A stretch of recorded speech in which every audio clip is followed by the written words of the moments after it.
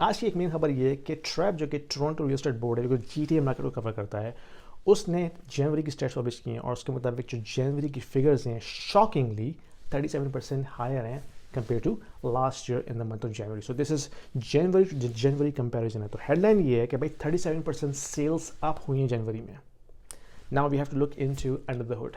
Yes, January 2023 was the slowest month in terms of the housing activity, in terms of the sales volume. तो of course जो है कोई भी month जो जिसमें थोड़ा बहुत वॉल्यूम होगा वो उसको बीट कर देगा. ठीक है, जोक्स असाइड अपटिक है मार्केट में. हमने दिसंबर में देखा कि थोड़ी बहुत एक्टिविटी हुई जिसके बाद मार्केट ने थोड़ा सा अपटिक किया, वॉल्यूम बढ़ा.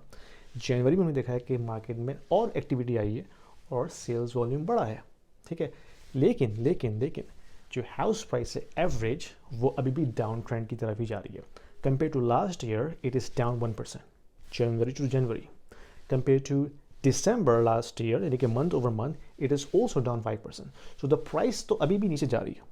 Sales volume बढ़ रहा है लेकिन price अभी भी नीचे जा रही है. That is key to understand. क्योंकि इसका ताल्लुक है affordability से. लोगों की डिस्पोजेबल इनकम कितनी है, इन्फ्लेशन की वजह से उनकी परचेजिंग पावर कितनी लॉस्ट हो रही है, ये सारी चीज़ें प्ले कर रही हैं अफोर्डेबिलिटी के अंदर. रेट्स कम हुए हैं फिक्स मॉर्गेज के. एक टाइम था जो फिक्स रेट मॉर्गेज था 7% में चले गया था लास्ट ईयर. अब वो वहाँ से उतर के 5.6 5.5 पे आ गया, यानी कि मिड 5 के दरमियान आ चुका है. तो एक सडन ड्रॉप तो है काफ़ी 1.5% का. तो अभी भी ये रेट काफ़ी हाई है क्योंकि स्ट्रेस टेस्ट अभी भी मौजूद है 2% एक्स्ट्रा.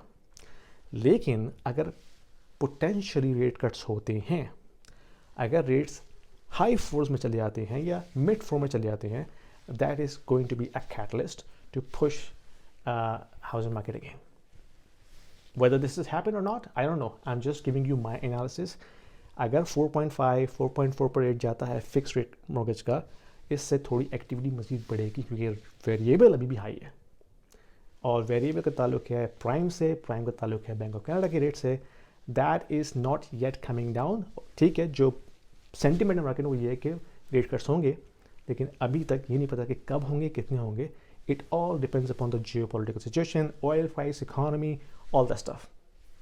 अगर आप घर बाइंग करना चाह रहे हैं, कमेंट में डाल के बताइए कि आपकी क्या क्राइटेरिया है, क्या ढूंढ रहे हैं, कहाँ ढूंढ रहे हैं, क्या चैलेंजेस हैं, और कोई क्वेश्चन ज़रूर पूछिए. पसंद आई वीडियो तो शेयर कीजिए, लाइक कीजिए, और मैं आपसे अपनी अगली वीडियो में मिलूंगा. Thank you.